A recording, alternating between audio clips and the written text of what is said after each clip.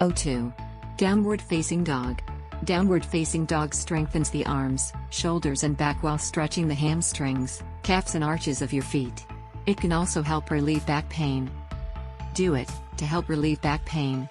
Skip it, this pose is not recommended if you have carpal tunnel syndrome or other wrist problems, have high blood pressure or in the late stages of pregnancy. Modify, you can do the pose with your elbows on the ground, which takes the weight off your wrists. You can also use blocks under your hands, which may feel more comfortable. Be mindful, focus on distributing the weight evenly through your palms and lifting your hips up and back, away from your shoulders. Downward facing dog. This is one of the most common yoga poses. Steps. 1. Start on your hands and knees, with your hands shoulder distance apart and your knees under your hips, toes tucked. 2.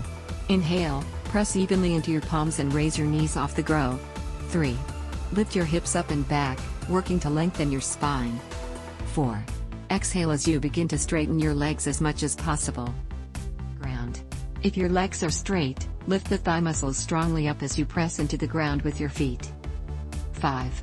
Lift the shoulders away from the ears and flatten the shoulder blades on your back. Rotate your upper arms down towards the floor. Firm your outer hips in toward the center. 6. Keep inhaling and exhaling evenly as you hold the pose. Health is a state of complete physical, mental, and social well-being and not merely the absence of disease or